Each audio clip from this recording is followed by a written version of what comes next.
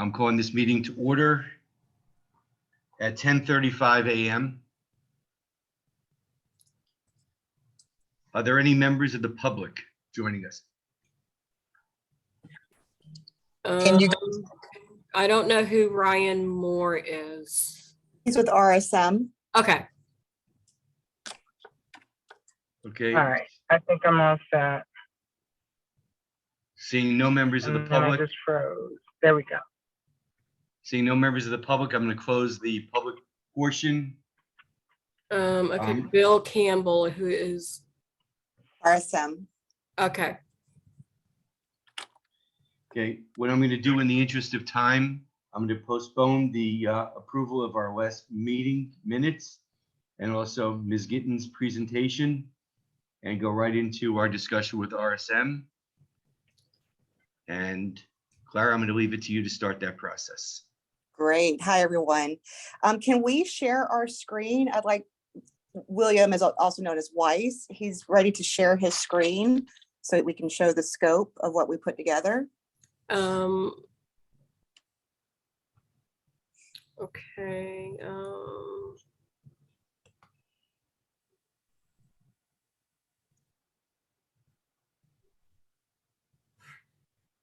I think if I make him a co-host, it will allow him to share. Okay.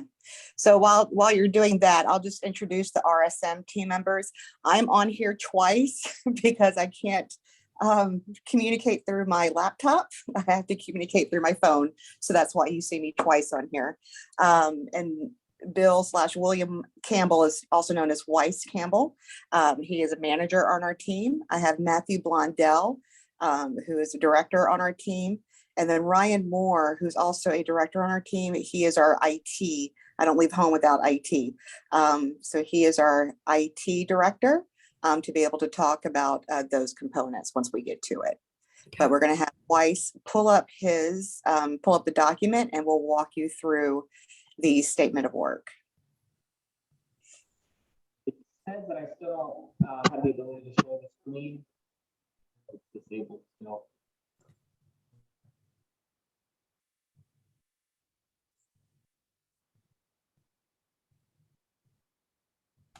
Are you able to post your PowerPoint?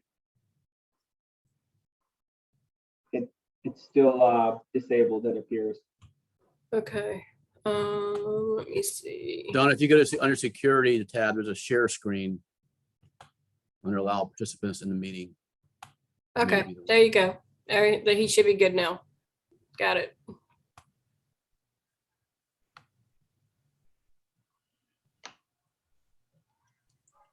All right. So the statement of work is going to look familiar to, and I know they can't talk at the same time given it's two board members, but it will look familiar to board members. This is our standard format that we utilize. So once we get into section A, talking about our objectives, services, approach, and scope of work, these are the areas that we spoke about during the last audit committee meeting that I had with you all about the scope areas that you wanted us to put together. So our first area to talk about is information technology and cybersecurity assessment. So I have on the phone Ryan Moore, who has worked with various public sector entities within Florida, our school districts, counties, or cities as well, performing information technology related services and working with our cybersecurity team as well. So Ryan, I'm going to turn it over to you to kind of walk them through the objectives and the approach of what we put together. Is that okay with the committee that we do it this way? And you guys can ask us questions as we go. I would tend to agree with that. I'm going to ask a favor of the committee members because we do have that split screen. I cannot see everybody. I'm going to break with Robert's Rules protocol, and any questions that you have, please feel free to pose those questions to the individuals from RSM. Okay, great. And thank you all. Certainly looking forward to working with Lee County Schools. So just to go over the information technology and cybersecurity risk assessment scope and objective, we're going to primarily focus our assessment on the PeopleSoft and Focus student information system applications. And I'll touch on cybersecurity in a bit here, but obviously that would pull in a bit more of the network infrastructure and perimeter as well. But we're kind of breaking this out into two separate work streams. So one is an IT general controls assessment over the aforementioned applications. And then there's also a cybersecurity assessment as well that will be led by our security and privacy group as well. So walking you through the scope of the IT general control assessment, the idea here is we're going to be looking at essentially three main areas. So information security / logical security, change management, and computer operations. So I'll briefly touch on what each one of those areas include, and feel free to stop me at any point with any questions you may have. So in the security realm, we're going to be looking at how users are granted access to these applications, making sure that there's proper approval and things of that nature, making sure that terminated employees are timely removed. We're also going to look at authentication settings or password requirements, making sure that access is appropriate based on job function, and also considering separation of duties. A big area of focus is privileged access. So we're talking about who has keys to the kingdom within these applications, and how are we making sure that that is appropriate, restricted to only the individuals that need that access, and what level of oversight may or may not be present as it relates to that access. So I already touched on password security, and we're also intend to look at the underlying infrastructure. So who has, where applicable. So we don't know the at this point yet, whether these are cloud-based applications or on premises, where the school district would be actually responsible for maintaining or the maintenance of the server and database levels on which the application sits.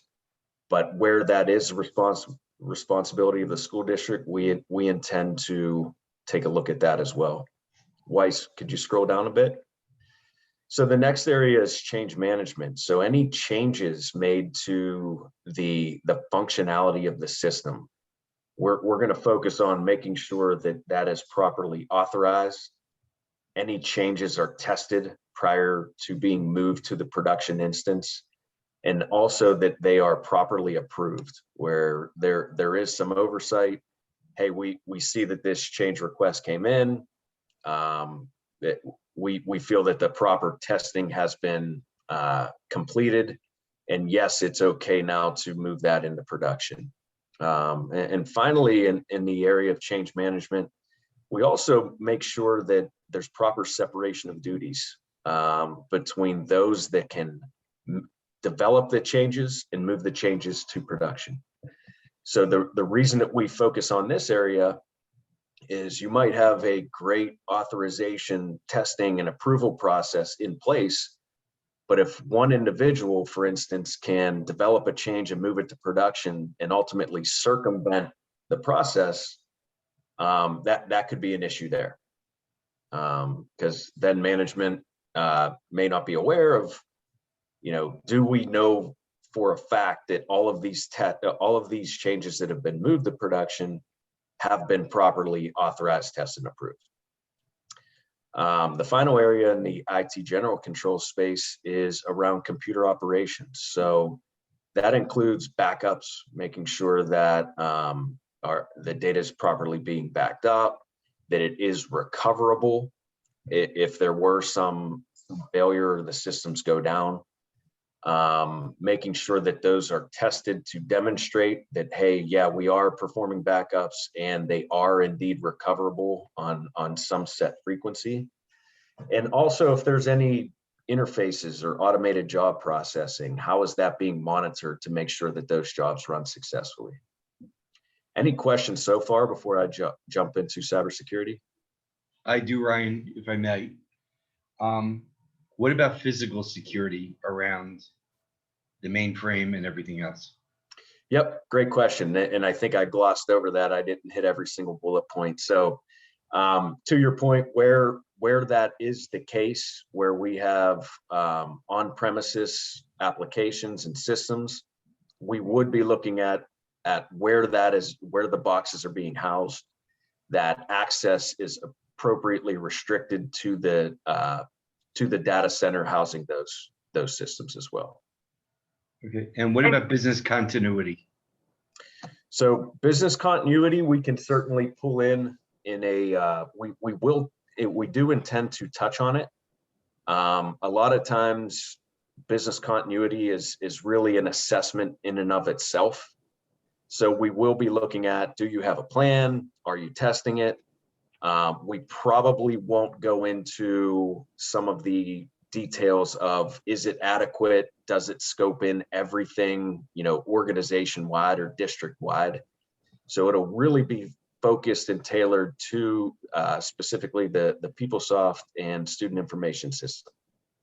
Should we find any areas that might be in need of improvement? Well, that might be a one of our recommendations, to have a full-blown assessment performed.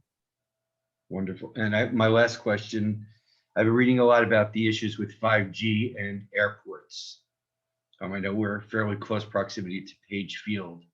Do we have anything that we need to be concerned about with the location of our office versus proximity to Page Field with 5G? So I'll be completely transparent.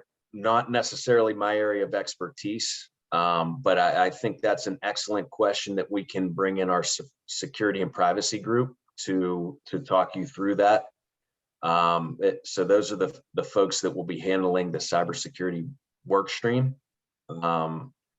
Yeah, I don't want to mislead you or put my foot in my mouth by getting a little bit out of the area of my expertise. I appreciate it, Ryan. Anybody else on the committee have any questions of Ryan? Yeah, this is Ms. Giddens. Can you guys hear me okay? Yep.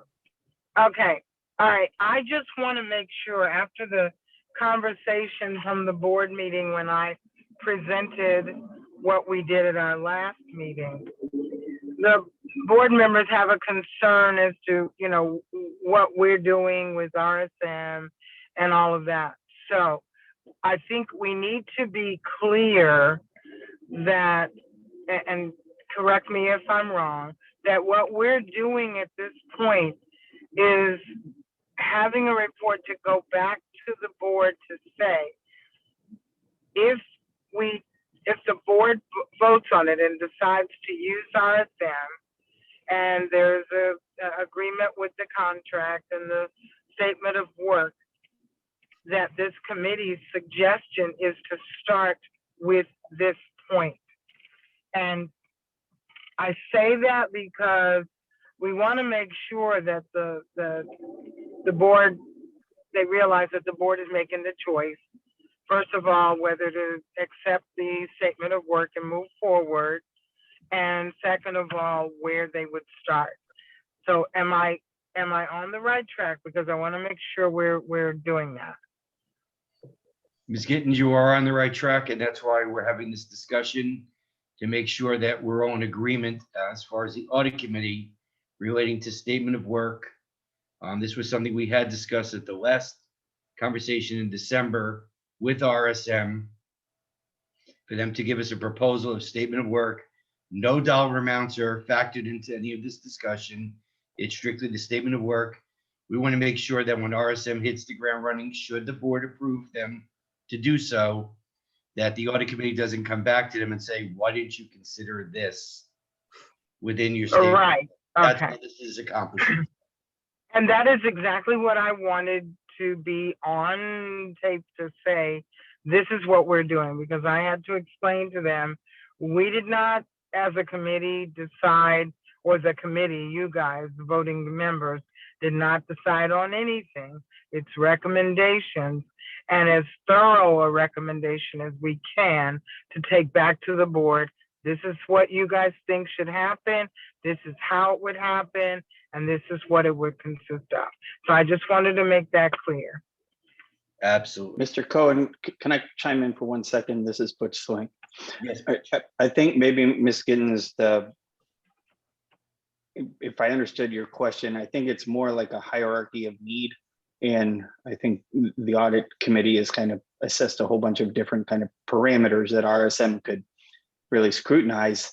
And the cybersecurity / IT component seem to be floating right at the top of the concern level of the audit committee. So it seemed like to me that you're kind of wondering why are you going in this direction?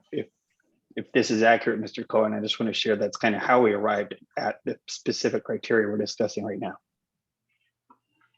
No, Well, you're and absolutely- may I just say, yeah, and I just want to be able to go back to the board and say, here's the recommendation of the audit committee that we do this and we do this and we do this.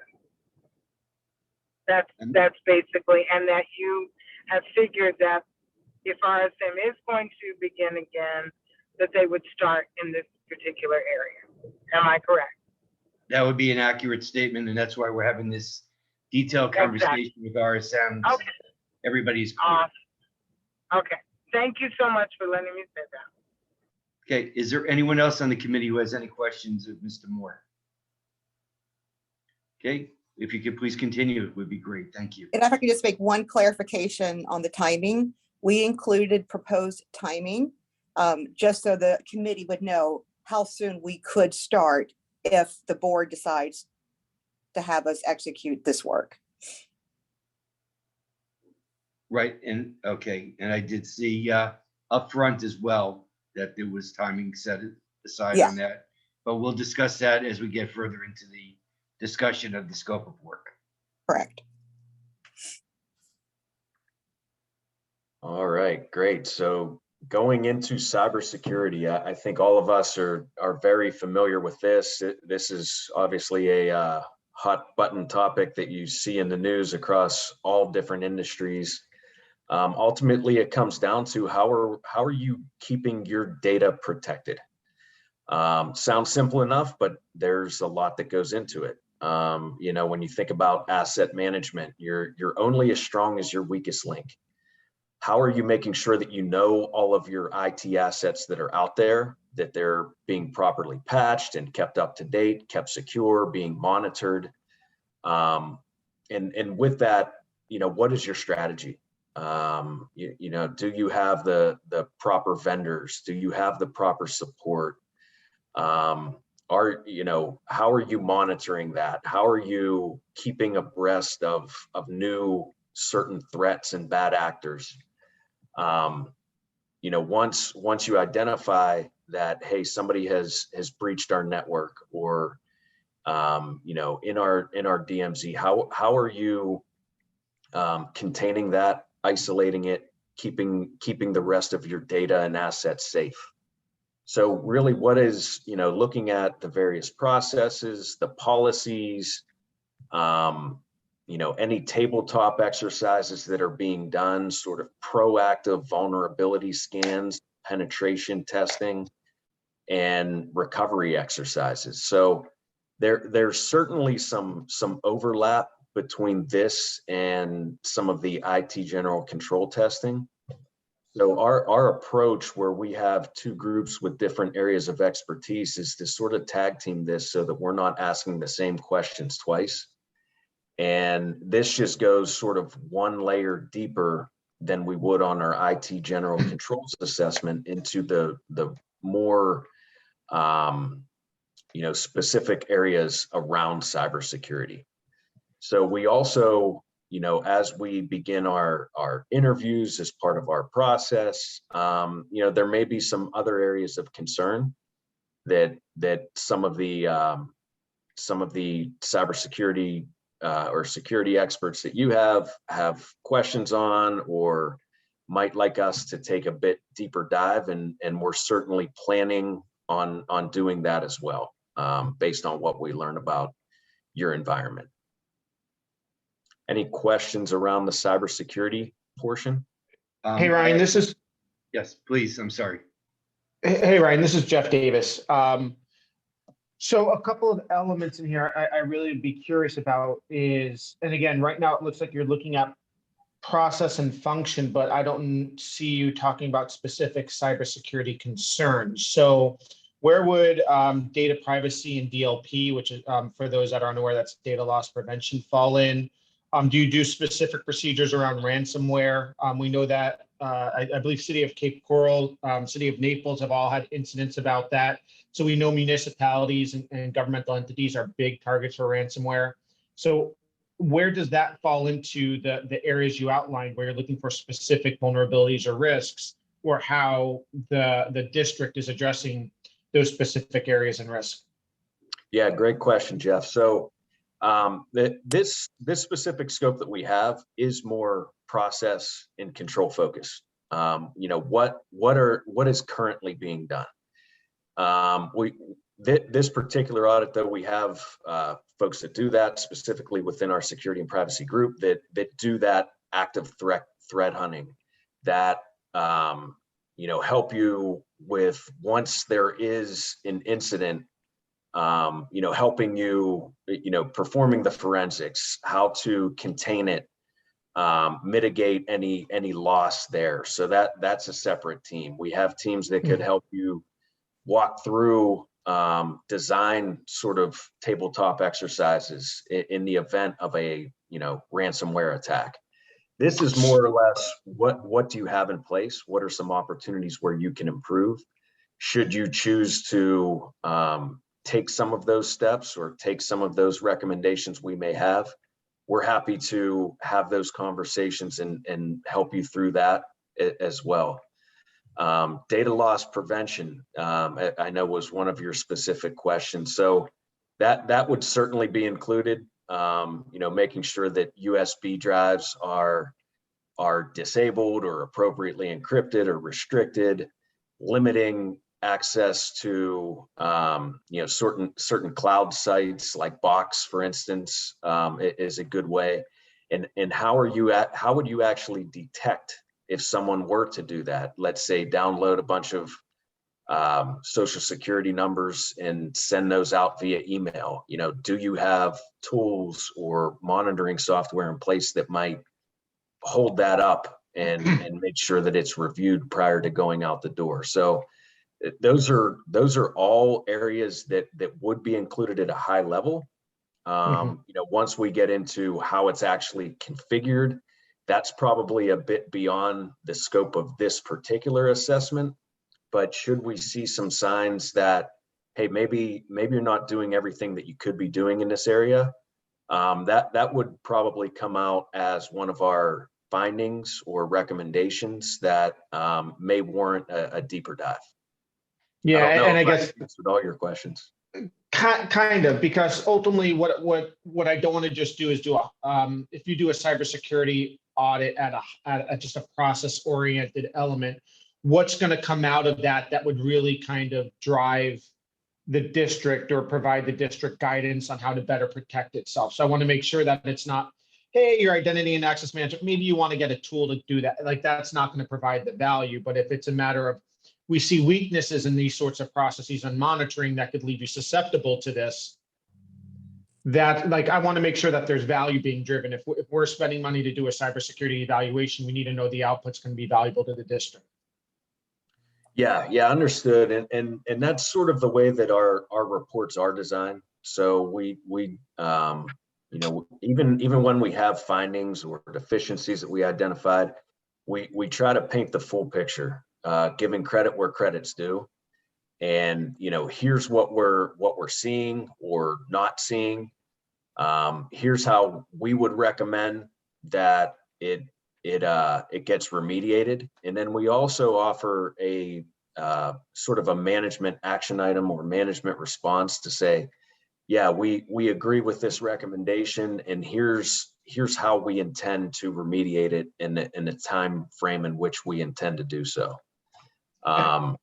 Yeah, so we certainly don't want to, I appreciate your stance. We wouldn't want to just say, okay, we found this, good luck. we want to be that trusted partner with you and help you think through this. How best to remediate it, given, resource constraints and all of that stuff. And we do Okay. include in the recommendations as well, like level of difficulty for remediation. So Ryan, why don't you walk them through a little bit of that as well? Yeah. So along with our recommendations, so we give it a high, medium, low risk. For, hey, this is something that maybe deserves your attention immediately, or this is, we noticed this, but you could probably beef up some policies and procedures here. But then we, to Clara's point, we also add the resolution difficulty. So we may have something that's a high risk that maybe some of the folks that aren't in the weeds in, let's say, in the cybersecurity space, where we say this is a high risk, and yes, it should be addressed immediately, but not everything is resolved overnight. Some might take some of that investment or additional resources enabled to effectively remediate it. So we try to include that in our report to give a little bit of color of, hey, this is an issue, or this is a gap we identified, but don't expect this to be fixed overnight. It might be more in that 6 to 12 month time frame. And because you don't just want to be patching things that are temporary fixes. It might be worth the investment to let's figure this out. Let's understand all of the areas of weakness or in need of remediation, and let's try to get it right the first time. And we do this specific for our IT related reports, especially those reports that are confidential in nature and covered under that Florida statute. So these reports are not, just a reminder, these reports are not public. So we're able to keep all of that information confidential and not open to the public. And can I just make a point here too? This is also leading to the discussion about when we are live and when we're recorded, because if there is some issue that comes up, we should be able to have an off-camera discussion about it. So just bringing that up. Yeah, and I actually have that later on in the SOW, just talking about anything that falls under that specific Florida statute that I have referenced. Those, if RSM does the work and we present to the audit committee, that would be under closed session. Okay, yes, and that's a good example, because I know some of the board members were concerned about the recording and all. It's a good example to say this is a time and a place that might be used. Yes. So thank you. Yeah. Okay, Ryan or Clara, I wonder if you could answer this question. Ryan, you alluded to high risk issue. What if you find a critical breakdown?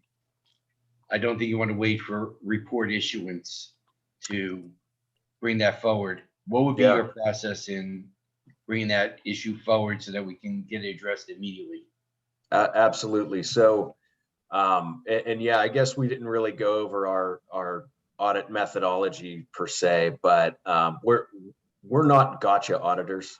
We're not going to, nothing really in the report should come as a surprise to the stakeholders. Should we find anything critical? I mean, really anything that we find as a potential deficiency, we're going to be fully transparent and bring that up to management's attention. Hey, we're seeing this, or we misinterpreting it, or is there additional evidence or support that you could provide? Certainly in the case that we would find something critical, we would have no hesitation in letting management know immediately.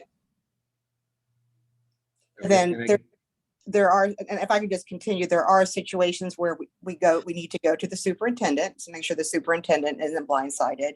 And then also typically it's the board chair if we need to elevate it to that level as well. And typically we would discuss with our audit committee chairs when needed and necessary as well. Okay. And I know at one point you were handling whistleblower on our behalf of the district. Do you follow up on any open whistleblower complaints relating to IT during the course of your audit? We were not provided on a continual basis with the whistleblower and hotline. They were still getting things straightened out through the end of our contract, but nothing came through from an IT related perspective that I'm aware of. Okay. And the last question I have is, I know when you did the initial risk assessment, it was quite a number of years ago. And we all know that with COVID, IT has taken the forefront on a lot of the way information is disseminated. During your initial discussions, I assume that you're going to go back and revisit policies, procedures to make sure that there were no significant changes from when you performed your risk assessment. Would I be correct? Yeah, and that'll be part of the process that Ryan, if we execute, I'm using these terms of if we execute, right? That's part of that process as well. Because there was, I believe there were some comments whenever we had performed the initial assessment. And so if we are to execute, those are things that the team will be aware of and bring to the forefront when they're executing the agreement. Okay, and Clara, last question I have. Should we retain RSM? We obviously need to make sure, I know that you have a timeline for you to commence the audit. Obviously, we need to get the superintendent and staff involved as well to ensure that they could devote adequate time, manpower, et cetera, so that you can perform the audit as efficiently as possible. Correct. We want their buy-in, their agreement. Again, we provided our proposed timeline of when we could start. If things continue to move through, if we get to a point where, let's say we execute, you all want us to do this, but that timing doesn't work for IT or the superintendent, then of course we'll have that discussion. Wonderful. And may I ask a question? I know you said that if a situation comes up that you would speak to the superintendent and then the chair. I'm thinking for purposes of expediting, why wouldn't that be a special closed door meeting with the board? That way, the whole board knows. The whole board has to make a decision anyway on whatever the information is. So I think to expedite it rather than, having one person and then pass it on to the rest, that it should just be an emergency closed door session with the board and the superintendent. And that's a great comment, Ms. Gittens. So it's going to go with the sensitivity of the information. So, I guess we got to typically what we'll do is we'll first reach out to the superintendent or the chair and kind of go from there, because we can't reach out to the full board right then and there, or it's public document, right? So depending on the sensitivity of the information, I guess, that's how it'll be handled. Because we don't want to expose the district. Right. No, I understand. Okay. And then I know we've got a lot of questions here. Mr. Cohen, can I ask one more in terms of results for this particular statement of work by RSM? Okay. Clara, if you can answer that. Well, I guess this is directed to you and to Clara, because Dr. Spiro always gives me the business, because I'm always asking about action items. And it's memory serves, one of the reasons that the district and RSM parted ways in the past was because action wasn't taken based on some of previous audits. So at the completion of this work, so I guess I'm asking this to both of you, how do we as an audit committee ensure that action is taken based on the recommendations? So, I kind of just I want to discuss this now, but I also want to see what is the next step and then the step immediately after that. So we're making sure that, based on all the hard work you put in and the interaction you've had with the district, that changes occur. And so this is just me being naive. I'm not sure exactly what the next steps would be. So I'd feel a lot more comfortable if this was at least discussed in the beginning. So we've got some groundwork, or at least plant a seed to figure out what our next steps are after your work is done. Absolutely. This is Clara, if you Denise. don't mind, I'll start Yeah. first. Okay. Coming from the world of RSM, I did audit consulting for quite a number of years, did the presentations to audit committee. I was mandated, and the audit committee chair as well, that the stakeholder was present at the presentation of the audit report. And this way there was clear discussion by the audit committee with the stakeholder to ensure buy-in, understanding that the timeline that they presented within the report was deliverable, was not something where the can could potentially be kicked down the road. And the audit committee members were available to pose any and all questions they deemed appropriate to ensure buy-in. And should the audit committee decide on a monthly basis until all issues are resolved to bring in that stakeholder, that is within our purview as well, to ensure that there is clear buy-in by the stakeholder. You're absolutely right. The last thing we need to happen is RSM does an exceptional job on the audit, has several findings, and the stakeholder does not buy in and gives a very generic response to corrective action that RSM, I'm sure, would not be pleased with. But rather than battling and having the report take even longer than it needs to, issuing a report reluctantly with that, we can ensure that the stakeholder truly is buying into corrective action. Did I speak correctly, Clara?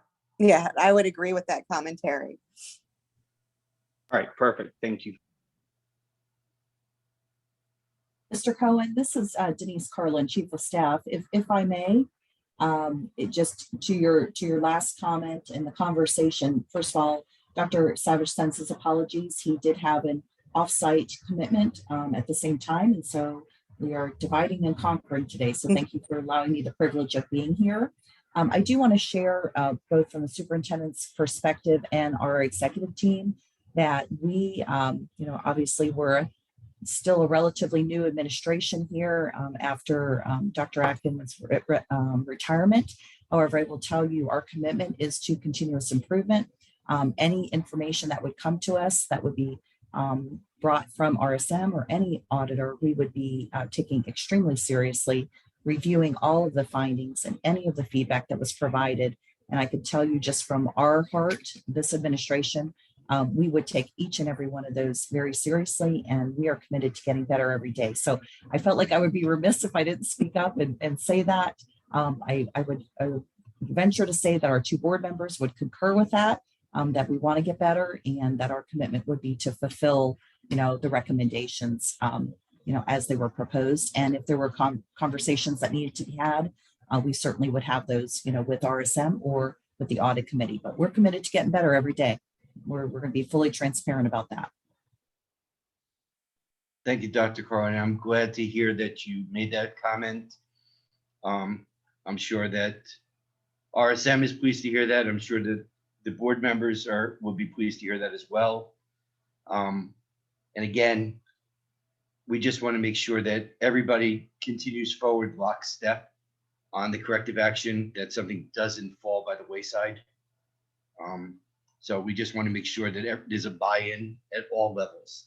And if it needs to go all the way up to the superintendent, we can ensure the superintendent is present and he can understand why staff may have not implemented the timely corrective action that he assumed that they would have been doing.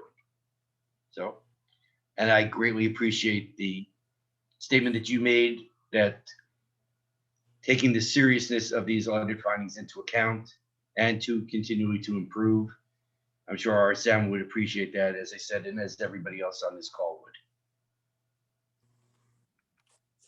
And can I just say, I think I'm really excited about this whole process and the committee, because this is where I believe there was a breakdown in all of this in the beginning. So I think we're on a really good path to making sure that there's clarity and follow through and all the necessary things to make this work.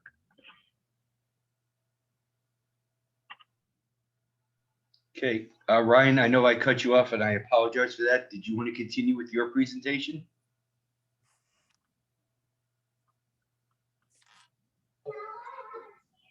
Yeah, so I have pretty much wrapped up and gone through the scope, but you know, if there are any other specific questions, I'm happy to answer those at this time. I guess the last question I have, and I don't know, Ryan, if you can address it or if this is something Clara can. Mhm. The concern I've always had is scope creep. During the course of your audit, let's assume that you find something and we kind of discussed it earlier, that there might be something where you do, I hate using the term, but a flyover. And you say, no, we really need to get a deep dive into this. How do we want to handle that? This way we're all on the same page. And Clara, this might be more of a question for you. How do we want to handle the potential for any scope creep? Right. So our SOW is our guiding document. If we get into that situation, Mr. Cohen, I think my first action would be to talk with you about whether or not we need to expand the scope, because we're not going to go down a road that has not been agreed upon. Because this is the SOW is our guiding document of what we're going to look at. I appreciate that. And just so the remaining members of the audit committee are aware, I will not unilaterally make any decision. What I will end up doing is, in compliance with Sunshine, I will call an emergency meeting of the audit committee so we can all discuss this and expedite that process. And if it needs to go for board approval because it will result in additional monies to be spent, we will handle it in an appropriate manner.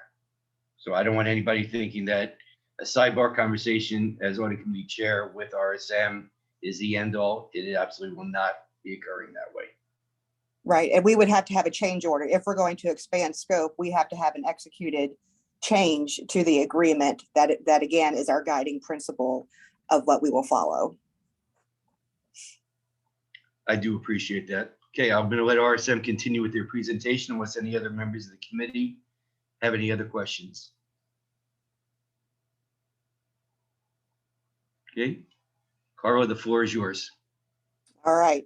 So Weiss, if you want to scroll to the next section, we'll talk about the risk assessment. So I do, myself and other team members, we do have a hard stop at 11:30. So maybe at 11:25, if we're still talking, let's just stop and talk about maybe next steps. We can send out the document for you to review further, but I think the next two sections should go pretty quick. We discussed the risk assessment and the audit plan. The audit plan is now dated. And a lot has changed since the last time we were there. So we're almost starting fresh, right? There's an audit committee meeting, that's new. Yes, the board members are the same, but oh my gosh, senior leadership, executive leadership there has changed over so much. So we're almost starting new for this process. So, we want to, if the audit committee so chooses, we think that you need a new top 10 of what your current high risk audit areas are. Will you see maybe some similarities? Yeah, you may see some similarities because we haven't audited everything, right? Will you see maybe new items? Potentially, especially with grants, especially with everything going on with ESSER and with ARPA. I'd be hard to remiss talking to a public sector entity and grants not being discussed as part of the current top 10. Do they have a process in place? Yes, but the bandwidth is now being challenged because of the influx of the grants that are coming through, and making sure that the entities have the right resources and right processes in place to be able to execute, monitor, procure, for these new grants that are out there. So that's just one example. So, we have on here is to do a risk assessment for your new top 10. One thing I do want to talk about, last time when we met back, oh gosh, that was December now. When we met in December, there was a comment about our risk assessment in our top 10 and boilerplate. will you see some common topics? Absolutely. Again, we haven't been everywhere. I'm just going to throw out cybersecurity. Yes, it's on here, but more from maybe an internal and an external penetration testing. We don't have any organizations where that's not in the top 10, even if we've looked at that area before. This is something that we do day in and day out, internal audit, public sector. So I just want to make sure that, hopefully you all will have trust in the process and trust in our experience and our exposure and what we bring to the table with our risk assessment. There's a method to our madness, as I say sometimes. We have a methodology, national methodology that we follow as part of the 5th largest firm. So I just wanted to make sure that I address that when it comes to our risk assessments and our approach on execution and the deliverable. So that's the risk assessment section. We will be speaking with all of you as well if this is executed on an individual basis, because you're now a new level of perspective of risk that we want to make sure that is included. There's new leadership, there's new department directors, new managers. So it's just varying levels of risk. A lot has happened with your board, throughout these last 3 years. So all of that will be taken into consideration. Any questions? I know that was very high level. Again, if you read this and you have additional questions, you can always reach out to me as well. But any questions regarding the risk assessment process? I do, Clara. One request I know when you first commenced your relationship with the district was that a couple of the advisory boards would have loved to be part of that interview process, construction advisory and finance advisory particularly, because they have had access to a number of members of staff and had some concerns that they would have hoped would have been utilized in the analysis of risk. I'm hoping that during the new risk assessment process that at least the chairs of those 2 advisory committees and any others that are deemed appropriate would be brought into that interview process, not to extend the amount of time doing the risk assessment, but I think they bring some true value that might Sure. be beneficial to you.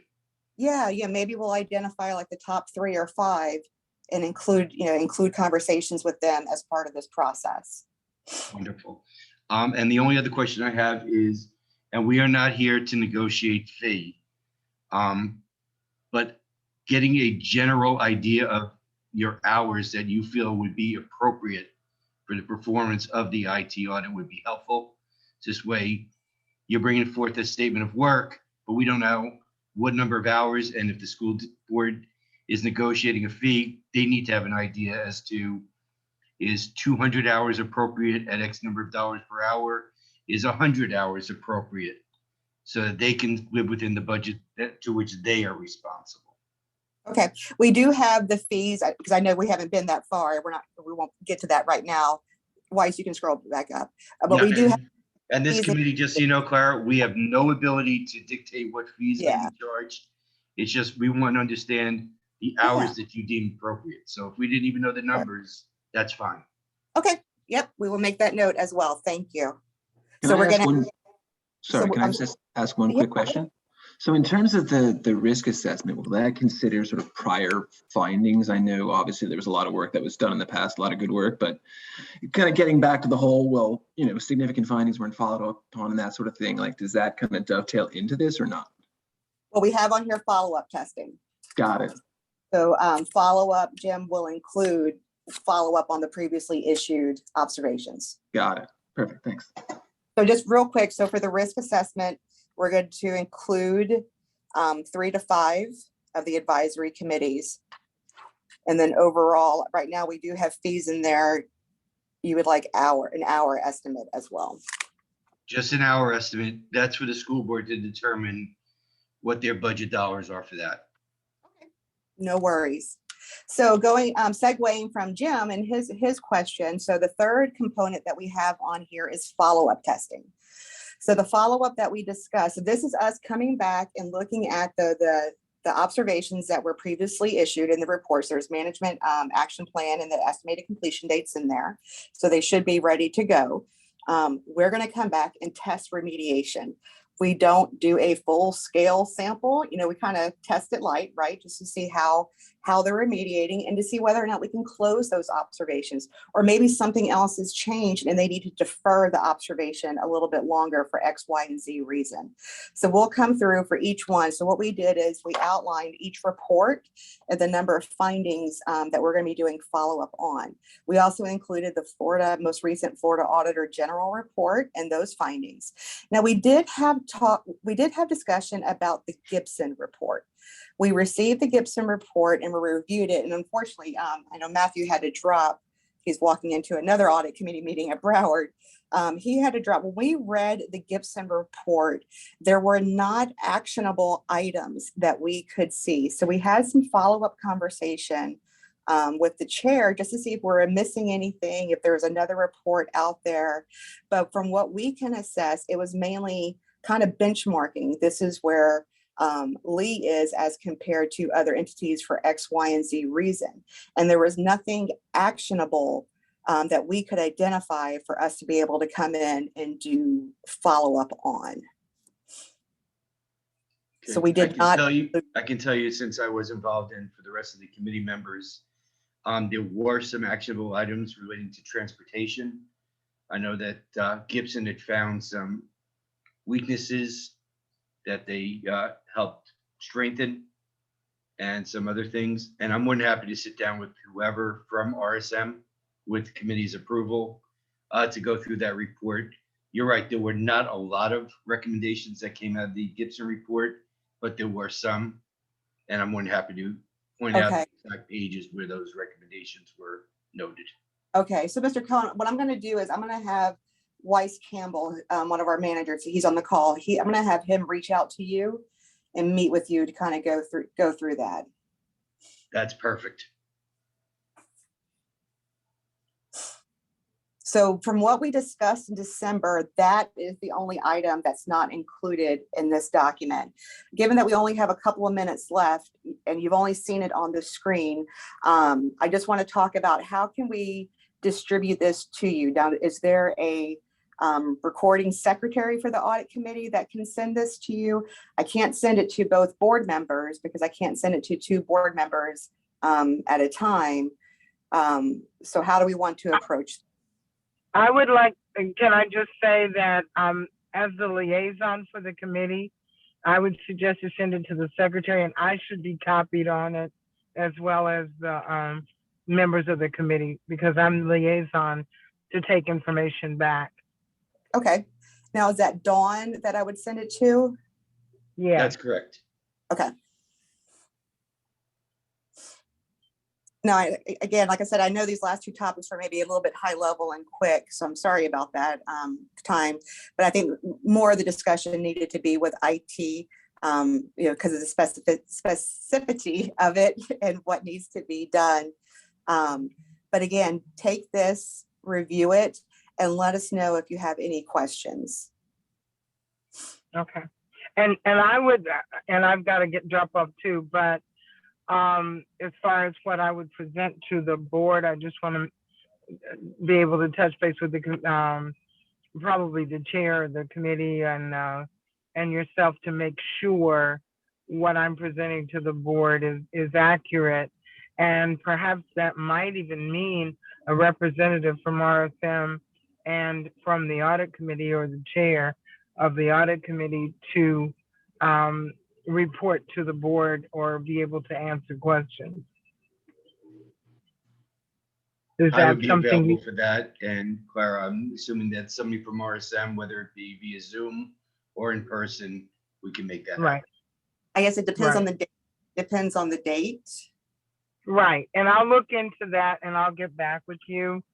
But I just think it may be a good thing for, you know, to kind of cut out middleman or whatever, if they have any specific questions that you guys would be there.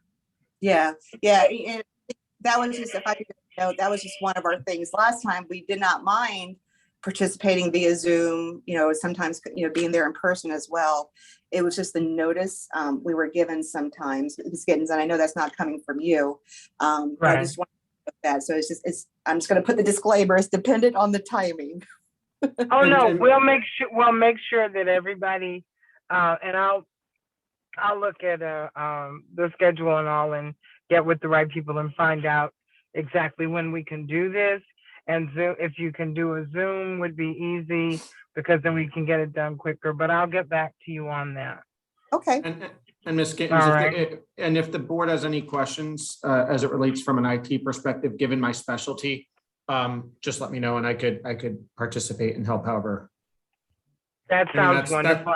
that's my alley, so. Okay, wonderful. Well, thank you so much to all of you. I'm gonna have to drop off.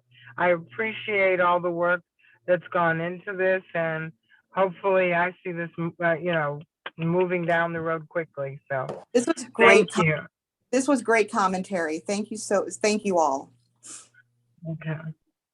Okay, So, Claire, Mr. for clarification, how do we want to proceed from this point? Because obviously you have a statement of work that we are seeing today. We've had some good discussion about it. How do you want to handle it on a going forward basis so that we could have whatever information that the board's going to need to make an informed decision? Well, here's what I would like to see, since you're sending it to the document for the committee to look at again, to see if they have any other comments, that once the chair gets all of that and maybe gives me, if there are any other comments or a synopsis for the board, that this is what the committee sees, and then we can go from there. So do you think that's okay? Claire, I'm going to leave that to you because Yeah. So I'm going to make these two updates that we discussed. I'm going to leave a Okay. footnote. We're still talking about the Gibson report and that it's not included right now. But just so I can just go ahead and get the draft out to you all for review. Right. And then once we get that, I'll also work with the board and look at the dates and see when we can, get it scheduled as soon as possible, sooner than later. And I'll get back to you on that. I just want to make sure that the committee, that we have all of your marching orders and your desires that goes back to the board. And then we'll work on the dates so that each of you would be there, the chair of this committee and representative from RSM. Does that Okay. make sense to everyone? Yes. Okay. All right. Okay. I have to run. Thank you guys so much. And give me a call later on, you guys, if you have questions. Okay, Clara, just one quick thing. I know you have to drop off as well. If you can let Dawn know what dates you're available. This way, we have a good ability to coordinate that with the board as well, see what dates they have available. So we're not coming up with board dates and then you saying, no, I wish you could do it this date. So if you could just kind of. Sounds good. Doesn't it have to be on one of their board meeting dates? Or date? Yeah, so workshops or whatever. That is out there online. There is a listing of all of our dates. It could be at a workshop or a briefing or whichever, but all of our dates are pretty much for board meetings are out there now. But, and I can get back with you and help coordinate that. And I can participate remotely, Ms. Gittens, if necessary. I don't see why not. That should be okay, considering the times that we're in, so, but Okay. I will clarify all of that as well. Thank you. All right? Thank you, guys. Talk to you Thank you. later.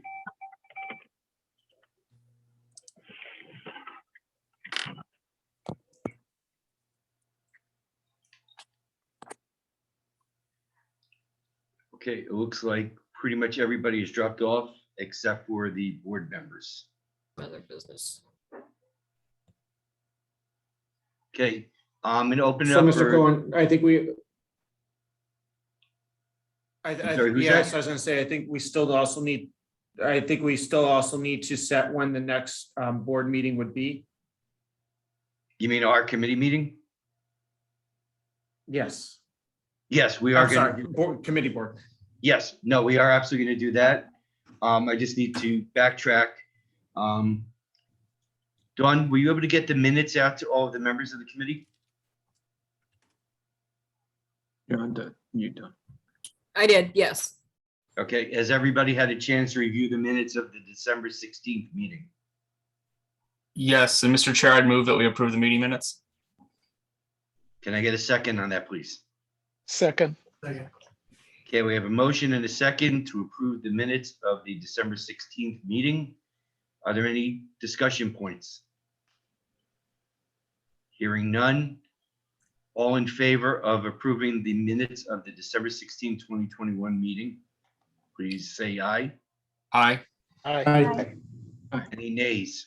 Nay. Okay, let it be noted that it was a 7-0 vote in favor of approving those minutes. Next item on the agenda normally would have been a board member report, but as Ms. Gittens dropped off the call, we're going to just leave that. And Jeff, I will get back to your question as far as the next meeting. Absolutely. What I think the important point of our meeting today was to determine whether or not the statement of work that was presented by RSM was deemed to be adequate, and also whether or not we feel confident in putting forward a recommendation to the board to retain RSM to perform the IT audit, risk assessment, and follow-up on prior audit findings. And I want to make it very clear, we are not to determine the cost of those contracts. We are strictly making a recommendation regarding statement of work, whether we deem it to be appropriate or not, and then whether we feel confident that RSM is the correct audit firm to perform that work. So I'm going to leave that to some discussion first, and then if somebody would like to make that motion, I would entertain that. So do we have, and maybe it's the overall timing that's still a little elusive to me, but obviously sooner is better than later for all of this. But I mean, will we have the opportunity to kind of do like a quick page flip through the presentation or through the SOW just to make sure that it kind of passes the more than just the sniff test? I think what Claire had gone through is in line with what we talked about, but sometimes the devil's in the details, as it were. And so can we maybe have, I don't know, 5 days to just review it and then get back the email saying, yes, this is okay? I'm sort of spitballing here, but. Unfortunately, the issue that we have is because of Florida Sunshine, we have a certain timeline that we have to put out public notice of our meeting. And then to tie that in with the school board meeting to approve it. Right. Well, unfortunately, and I don't want anybody to feel like I'm trying to force some work down everybody's throat, because that is not the intention. But that may mean that we do not start our internal audit potentially until May, June, or July. And I don't know if that's something that we really want to live with. What we can do, Jim, and to your point, that could be contained within the motion, that based on our initial review of their statement of work, we are comfortable in allowing RSM to move forward, subject to a determination whether or not that statement of work is going to be adequate. Because again, what we don't know is the school board's budget. We could approve this full-blown statement of work. The school board may say, that sounds wonderful, but we don't have $100,000 to throw around on an IT audit. Right. Our budget's 70, and they may come back to us anyway and say, where does the audit committee feel that we can live without doing these sections of the statement of work? Got it. And Jeff, I appreciate your thoughts, because I think you do need to be involved in that discussion as any other member of this committee. But we have to be careful because of Sunshine. Too many of us on that with the school board, we now then potentially become a audit committee meeting, which was not cited as within conformance with Sunshine. So I want to be very cognizant of that. But And listen, and we could always put out through Dawn any additional concerns we have regarding that statement of work as well. Yeah, and listen, the statement of work as drafted, and again, to Jim's point, it is, the devil is in the details, but is relatively cookie cutter from an IT general control standpoint. That's just blocking and tackling of IT audit. The cybersecurity, like, and that's why I kind of probe them is this just going to be a superficial, hey, do you have an antivirus tool? Or are they going to actually go into the, hey, is your antivirus tool actually on all of your devices? Because if you just say, hey, yeah, you have an antivirus tool, the board and the audit committee is gonna be like, hey, yes, they have AV. But if it's only on 30% of their devices, it's really worthless. So that's why I kind of probed him as to what level of detail are you going to go into some of these areas that, because if it's just process, I don't know if there's a ton of value. So it covers all of the key data points. So if you look at all of the objectives, those are just your NIST, your standard control framework objectives. So that's fine. It just really comes down to the level of depth they wind up performing around those procedures. And that we don't get. You usually don't see that in the statement of work. So I'm okay if they do, do an initial review. And then if we have to do deep dives over areas of concern, that's standard practice in the IT audit and consulting world. And I'd like to chime in on one thing, just specifically to RSM. I think as a business owner, I'm always uncomfortable basically doing like zero bid. Like I want to educate myself on who's doing the work, but at the same time, I think it makes rational sense. RSM already has a history of familiarity with the district systems. They already are familiar with basically the shortfalls or shortcomings they've found in the past. So I think there's real true value there with their familiarity. And I'm also made comfortable by the fact that they were deeply uncomfortable that actions weren't taken. So I think just based off of their past history, I feel pretty comfortable going with them. And Mr. Cohen, I think your point, and I really appreciate the point of we need to separate out the financial aspect of it, which it's really just what is the audit committee trying to accomplish. And to me, it feels like RSM is in a unique position to do what we want. So, and also in the interest of expediting the work in getting that taken care of. So, I think that was kind of how you open it up, where let's have discussion on this. And then Jeff, I think also to your point, I think if they were already gonna do it, great, but I think you very effectively steered them to don't do a boilerplate. We do want a deep dive into actual systems. And I did I felt comfortable with the answers. So that's kind of my overarching position. Mm-hmm. And Jeff, the other thing that we can always understand is, and going to your point, which is why I was reluctant to identify next meeting dates, I would anticipate that the IT audit will probably take at least a couple of months before we see report in hand. That's probably best case scenario. What we have the ability to do is meet with RSM during the performance and get an interim update. And at that point, we can make a determination whether or not they're going down the right path, have they found a rabbit hole, or what needs to be done. Is the audit commencing the way that it really should be? And that's where the members of this committee add significant value, because we could pose those questions to our RSM and ensure that they are performing the audit in conformance with the scope of work, but also addressing our concerns as to the risk environment around IT. Exactly. And by doing that, we can pull the ejection seat and stop it if it's not going the right direction. So. Absolutely. And going to what you said, Mr. Swank, and I think it's a fair statement. We have several options in our recommendation to the board. We can say to just move forward strictly with the IT audit and restrict RSM's contract to strictly an IT audit, see how that audit commences, and then move to a risk assessment, or we can do a project recommendation to the board. So that's something I'm looking for, the recommendation of this committee as to which we feel most comfortable with. So from my perspective, and this is my opinion, but doing a risk assessment is mandatory before you could ever really evaluate risk and determine an audit plan. It is foundational. So I think that needs to be part of the initial process, because once you bring your audit team out, whether it's RSM or internal, they need to understand the scope of the risk. So I consider it foundational, and it really needs to be part of the process. But that's my opinion. Yeah, I mean, I tend to agree with you, Jeff. And so, I mean, I guess and I don't want to have them kind of going back to redo scope and these sorts of things, but it almost makes sense to me.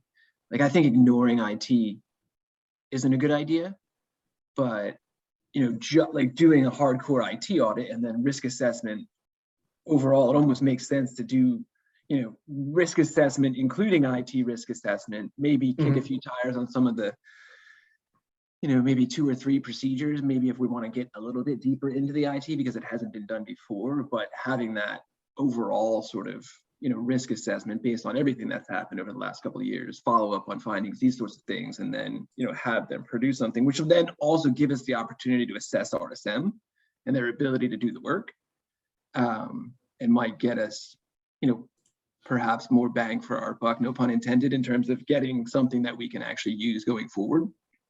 If that makes sense. It does. Ms. Howard, I saw that you were trying to say something.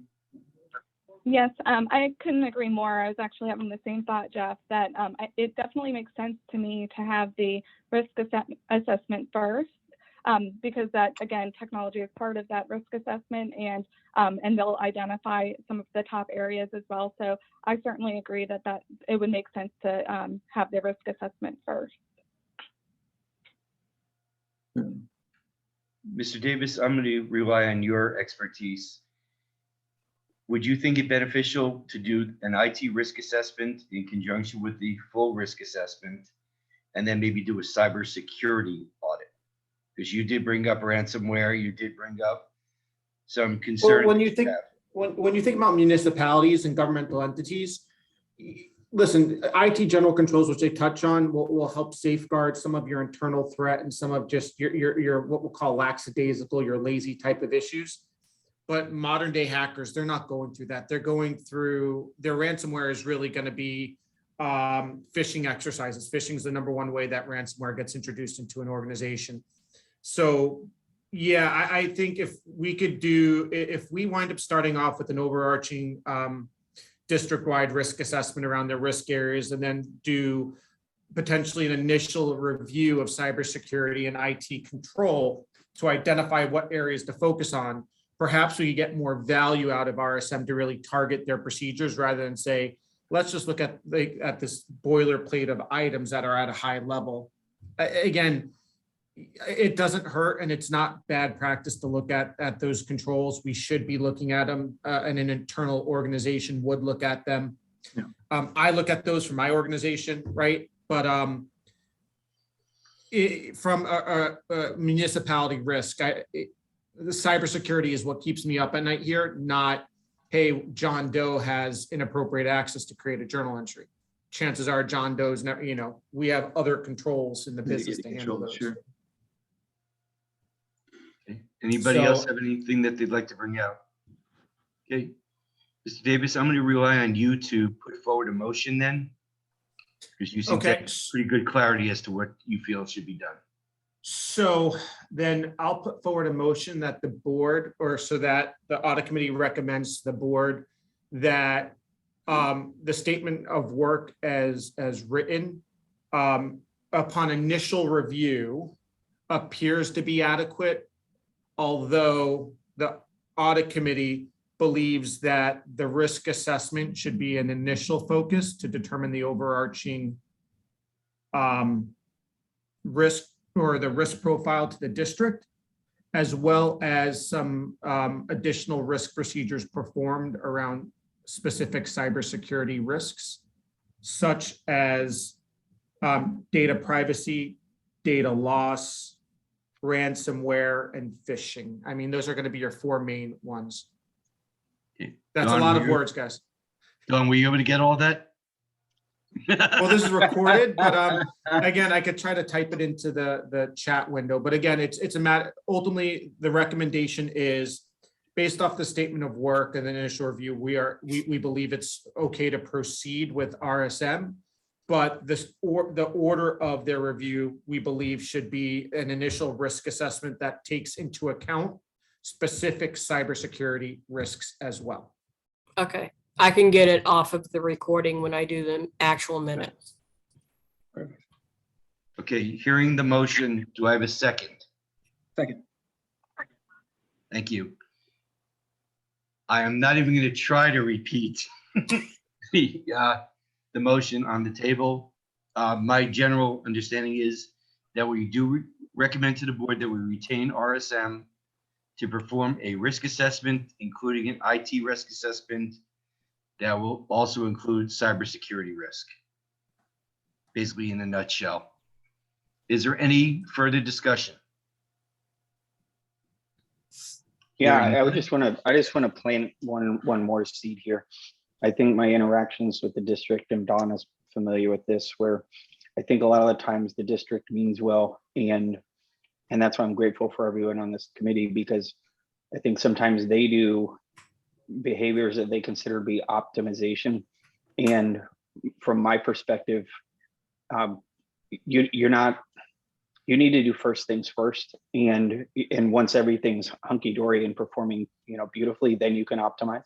So I think, Jeff, you've added something very valuable in terms of, I don't think this is an insight or a direction that the district kind of inherently would come to this conclusion, and so the seed that I'm planting is basically, I think, as we go down the road with this committee and we end up looking at different aspects of the district, just to basically treat it as, and this is just my personal experience and my 2 cents, and everyone can feel free to completely disagree with me, but my perspective is a lot of the time, I think the performance of the district, or rather probably their focus, again, is more optimization and kind of shying away from, we've got some challenges we need to really work on. And that's probably just a result of institutional blinders. I don't think it's deliberate. And that's why you literally need to bring in third parties. That's why you have community members on audit committees. And that's why you bring in disinterested third parties who don't care about your feelings. They just come in and discuss, this is what we found. So for the third time, that's a seed I just want to plant for everybody on the committee in terms of when we look at, going forward. Like, I think Jeff provided invaluable direction that would be very difficult, I think, internally for the district to come to this conclusion. Let's lay it all out there and see where things lie, because we really do want to come up with an objective analysis of things. So that's kind of just, I think, my overarching perspective on things, and I'm deeply pleased with everybody's kind of thoughts and guidance on where things are for the moment. Okay, anybody else? With hearing none, we have a motion on the table. We have a second. All in favor of the motion? Aye. Aye. Let it be noted that the vote is 7-0. The last item, and goes back to what Mr. Davis asked about, which was our future meetings. Dawn, I'd ask the favor of you, if you can let us know when the school board meetings are. I think for the ultimate benefit to the school board would be for us to hold our meetings 2 weeks prior.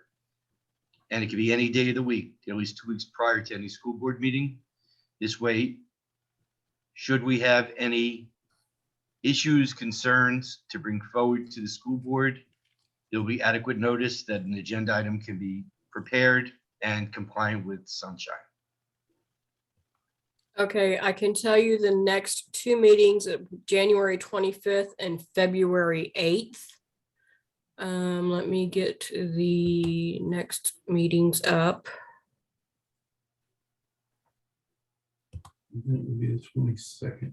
And then after that would be the 22nd of February. Okay, so that would put us into around the first week of February to meet. Correct. That's not a lot of time. Should we meet before the 22nd? Because if the first week of January or February is 2 weeks from now. Yes. So should we be targeting, if they're meeting on, I don't know why they're meeting on the 8th and the 22nd, but should we target the week of the 14th? They meet every 2 weeks.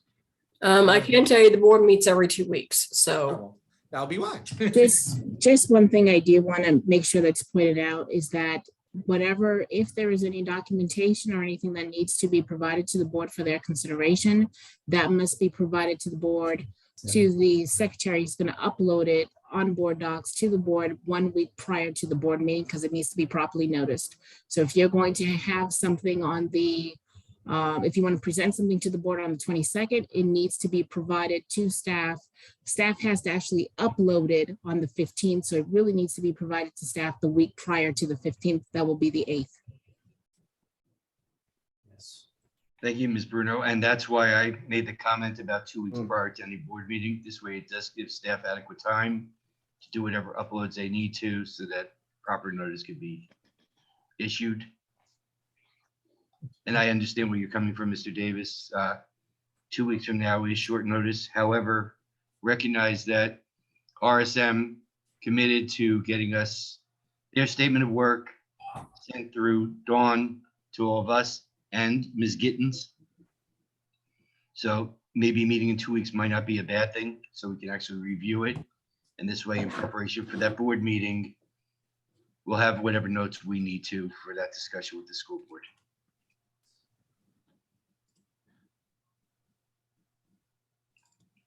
With that said, can everybody please take a look at their calendars for the week of the 8th?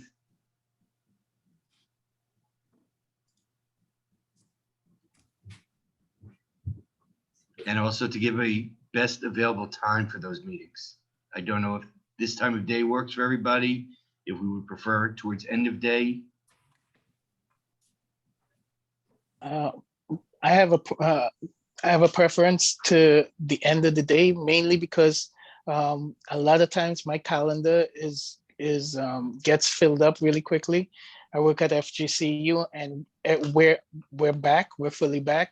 There's barely any remote working, and I'm always in meetings. Now, I had a conflict today, and I was able to, the person I was meeting with had some space earlier and asked me if I wanted to meet early, and I jumped on it. But you know, the better thing for me is the more time that I have in advance, the more the chance that I can block my schedule so that meetings don't pop up on my calendar that conflicts. So afternoons that week is fine except for Wednesday for me. I don't know. So if I can move to the afternoons with little impact. Okay, should we still keep it about 4:30 in the afternoon then? 4:30? Does that work for everybody with their work commitments? Yes. 4:30 or later, that works for me. Yes. Okay, so right now we have 4:30 and now we're just down to day of week to meet at 4:30 during the week of the 8th. I know, Jeff, you said Wednesday does not work for you. We want to keep it on Thursdays? We can keep it on Thursday, absolutely. Does that work for everybody? Are we talking about Thursday, the 3rd of February? Yeah. The 10th. No. Sorry, the 10th. Thursday the 10th. Got it. Sorry. That works for me. Yeah. Okay, Ms. Bruno, will that be sufficient?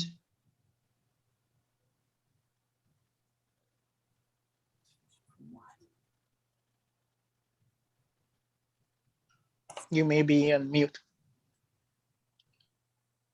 If you're going to meet on the 10th, well, it depends on what meeting you want to present at. If you're going to present on the 22nd, that won't be sufficient. Yes, that's when we would be planning on presenting.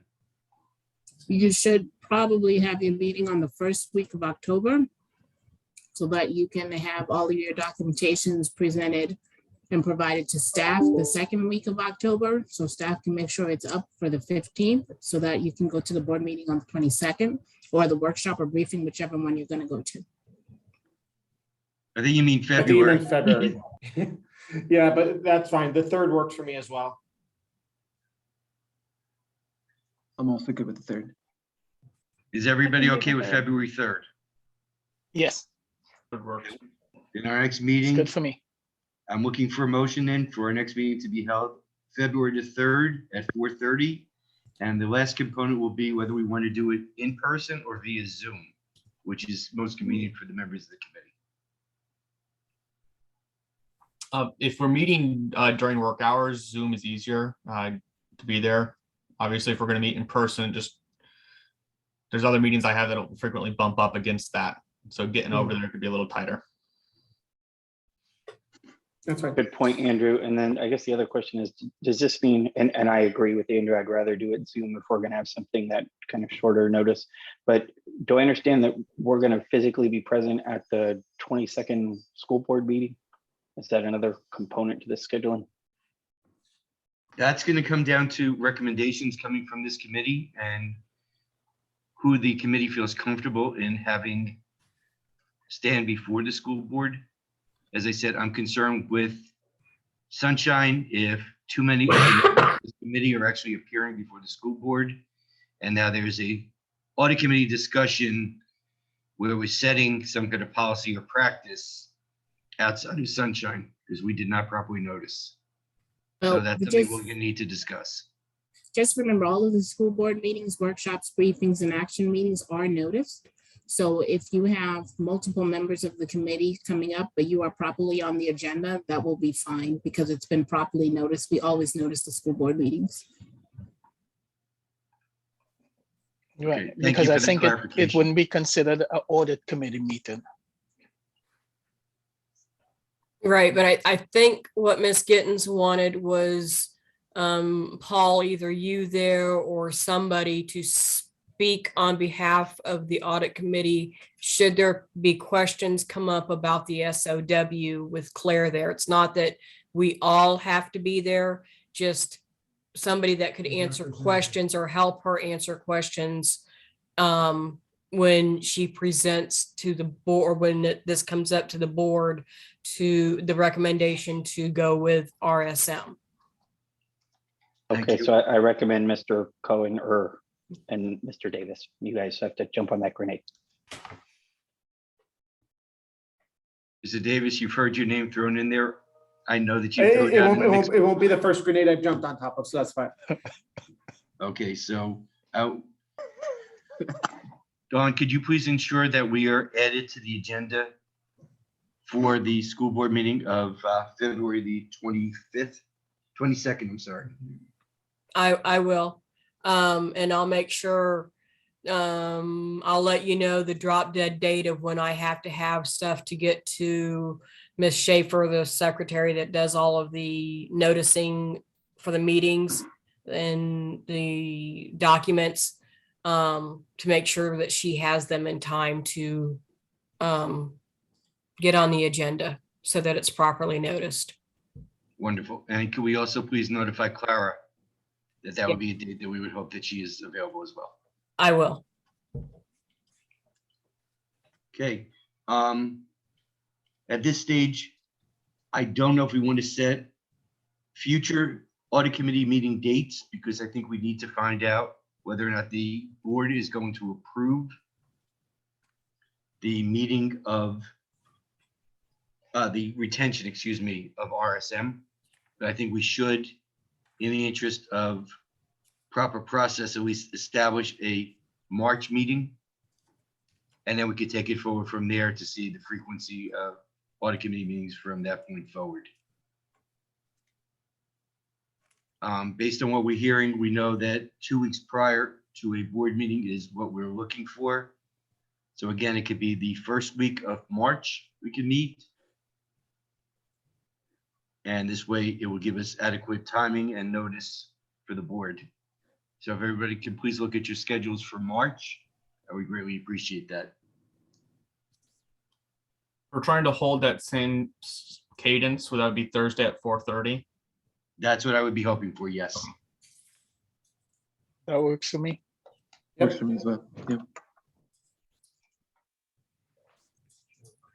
Okay, I apologize. I don't have my calendar in front of me. What date is that? That's the 3rd. Dude, The 3rd. March 3rd, yeah. Okay. I will entertain a motion then for us to have our subsequent audit committee meeting on March the 3rd at 4:30. Mr. Cohen, can I make a suggestion? If we're going to set future dates going into April, May, can we do them all at once and then do a motion to have, if it's allowed now, Ms. Bruno would be the expert on this. Can we do a motion at once we set all of the dates to have a motion? Okay, the dates are as follows, or do we have to do a separate motion each time? The only reason I'm reluctant to do that, Dawn, is should we retain RSM, our meeting frequency may change based on the results of their risk assessment. And I Okay, don't want to have something locked in stone. And then we have to revise that. that's I think fine. by March the 3rd, we should have a very good idea whether we're retaining RSM, what their statement of work is going to be. And then on March the 3rd, we could have an intelligent conversation on a going forward basis on the frequency of audit committee meetings. So I'll make the motion that the next set of audit committee meetings will be held on February 3rd from 4:30 to 5:30. And on March 3rd from 4:30 to 5:30, and we'll do those since they're during work hours as Zoom calls at this time. I'll second that. Okay, I heard a motion, I heard a second. Any further discussion? Hearing none, the motion on the floor is via Zoom that the audit committee will meet on February the 3rd at 4:30 and March the 3rd at 4:30. Approved. All in favor of the motion? Aye. Aye. Hi. So moved.